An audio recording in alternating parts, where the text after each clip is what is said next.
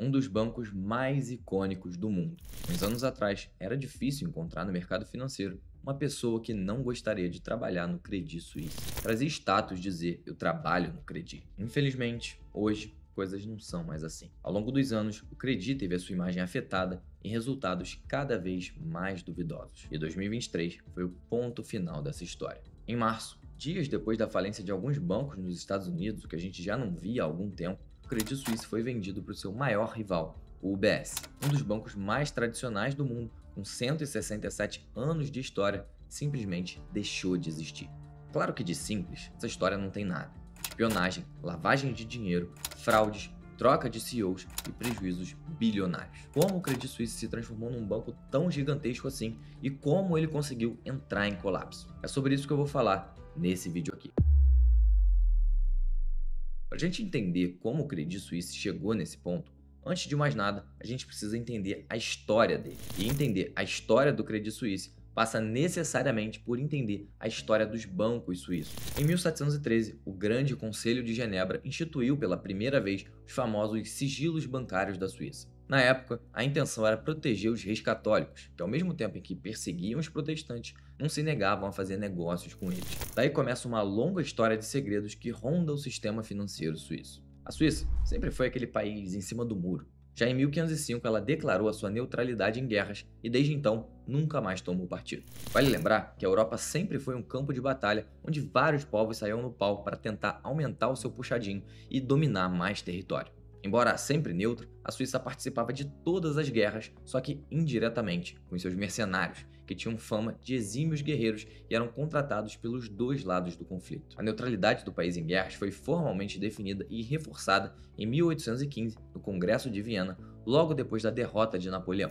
Mas, para falar a verdade, nessa época, nem a própria Suíça existia de fato. Ela só foi se formar do jeito que a gente conhece hoje em 1848, com a criação da sua Constituição. Logo depois disso, o país começou a se desenvolver e, por causa da sua geografia acidentada, boa parte desse desenvolvimento passava por fazer negócios com outros países. Assim, ela precisava construir ligações para permitir a entrada de bens e riquezas. Dessa forma, surgiu a ideia de criar um banco para financiar o desenvolvimento das ferrovias e, com isso, ajudar no desenvolvimento do país como um todo. Quem teve essa ideia foi o economista e político Alfred Escher. Nascia então, em 1856, o Credit Suisse, ou melhor, o SKA, Schweizerische Kreditanstalt. Alfred criou seu próprio banco para financiar a construção de várias ferrovias no país, começando a primeira frente de negócios da empresa, o Banco de Investimentos. Com o tempo, o Credit Suisse começou a expandir a sua gama de serviços, sempre recebendo dinheiro de indivíduos e financiando projetos e empresas. Afinal, a neutralidade da Suíça na Europa favorecia a entrada de recursos estrangeiros,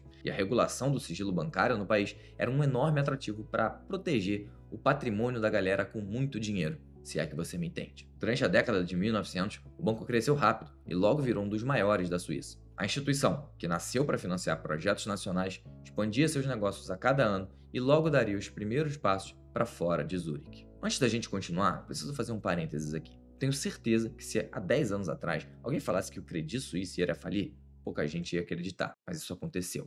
Nenhum dos maiores bancos da Suíça escapou. Por isso, aquela velha história de que você tem que comprar uma ação e esquecer, o famoso buy and hold, é história para boi dormir. Você precisa estar sempre acompanhando o resultado das empresas e ações que você investe se não quiser perder dinheiro.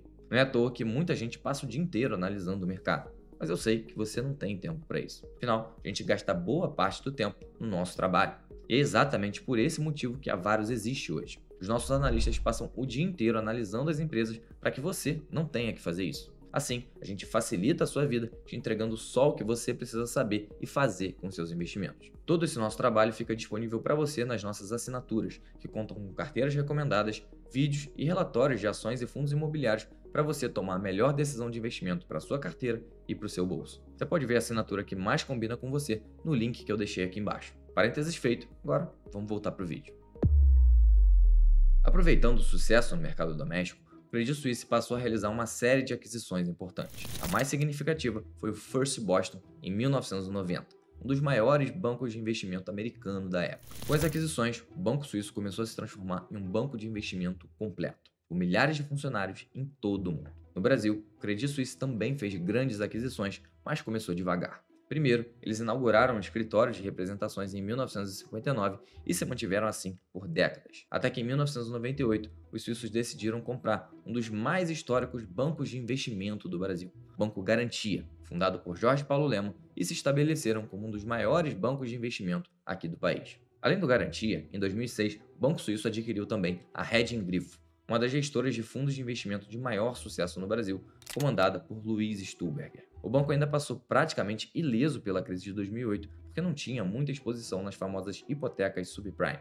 Na época, o prejuízo do banco chegou a US$ 1 bilhão, que era pouco comparado a 1 trilhão de ativos que ele tinha. Ironicamente, seu maior rival e agora dono, o Banco UBS, precisou ser salvo pelo governo suíço na época, com um rombo de US$ 23 bilhões. Mas, mesmo sem impactar diretamente o Credit, a crise de 2008 acabou trazendo enormes mudanças para o sistema bancário em todo o mundo, e na Suíça não seria diferente. Para se proteger de uma nova crise, os reguladores elevaram a necessidade de capital dos bancos, ou seja, obrigaram eles a reduzir a quantidade de dinheiro que eles podiam emprestar. Essa restrição, que acabou sendo mais severa na Suíça do que no próprio Estados Unidos, fez com que os bancos suíços perdessem espaço no cenário internacional. A partir daí, o Credit Suisse passou a reduzir os seus esforços como banco de investimentos e mercado de capitais e começou a focar em mercados de private equity e gestão de patrimônio, direcionado principalmente aos clientes de altíssima renda. Alguns anos depois, em 2019, começaram a surgir uma série de escândalos envolvendo o banco. O primeiro deles com Tidjane Thiam, CEO do banco na época, e Iqbal Khan, head internacional de gestão de fortunas e principal candidato a substituir o Tidjane. Os dois começaram a se desentender depois que Iqbal Khan comprou uma mansão ao lado de Tidjane, em Zurique,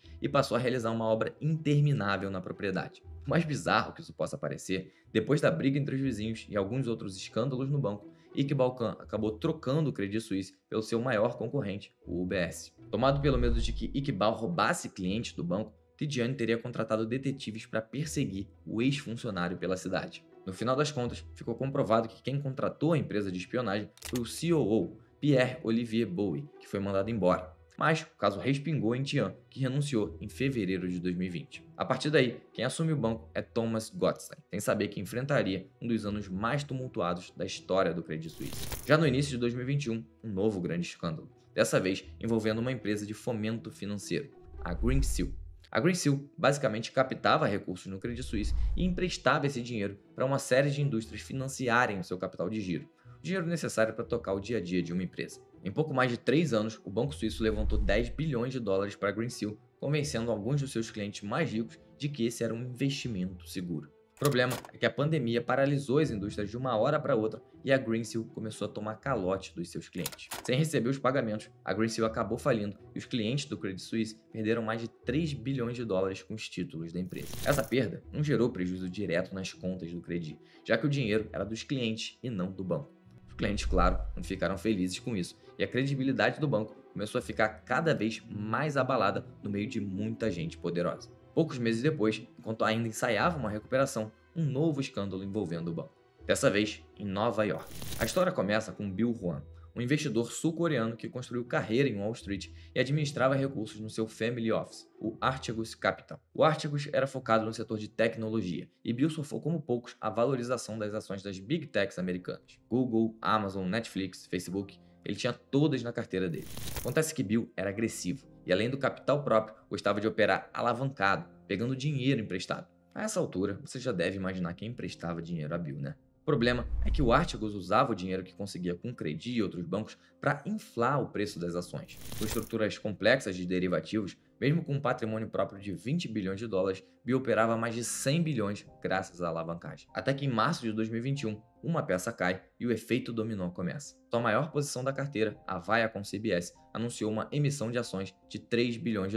A notícia não foi bem recebida pelo mercado e no dia seguinte as ações caíram quase 10%. No próximo dia, mais sangue e 23% de queda. Com o colapso das ações da Viacom, logo o Archegos começou a receber chamadas de margem e a ficar em evidência. Ou seja, os bancos queriam que Hwang vendesse outras ações do portfólio para conseguir cobrir o dinheiro que ele já estava devendo. O investidor recusou e, como as ações continuaram caindo, os bancos que financiaram ele não tiveram outra alternativa a não ser vender suas ações à força e realizar o prejuízo de Bill. Várias instituições foram afetadas, mas o maior rombo foi o do Credit Suisse. com uma perda de 5,5 bilhões de dólares e o maior prejuízo comercial em toda a história do banco. Mais uma vez, a credibilidade do banco foi afetada. O colapso do Artigo estava escancarando as deficiências na gestão de risco do Credit Suisse. Além disso, a fama do banco de incentivar os seus funcionários a irem além das barreiras éticas pelos possíveis resultados da companhia começava a gerar graves consequências. No meio dessa crise, precisando dar um ponto final nos escândalos, surgiu um novo salvador, o português Antônio Horta Osório. Com anos de experiência no setor, Antônio foi colocado como uma figura central para a recuperação do banco e capaz de reorganizar a gestão de risco dele.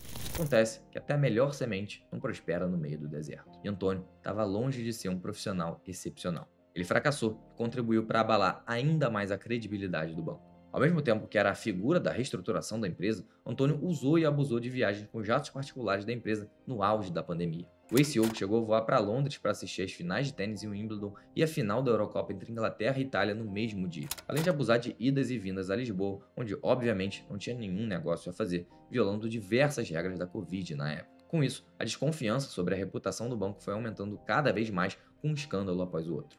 Mas, o que está ruim sempre pode piorar. Em fevereiro de 2022, um mês depois da renúncia de Antônio, um consórcio de jornalistas revelou que o Credit Suisse mantinha cerca de 30 mil contas ligadas a criminosos, ditadores e traficantes. Segundo o vazamento de dados, que ficou conhecido como SwissLeaks, as contas foram abertas entre 1940 e 2010 e tinham um valor de 100 bilhões de dólares. O banco negou as informações e disse que 90% dessas contas já tinham sido fechadas. Verdade, pouca gente sabe, mas o estrago já estava feito.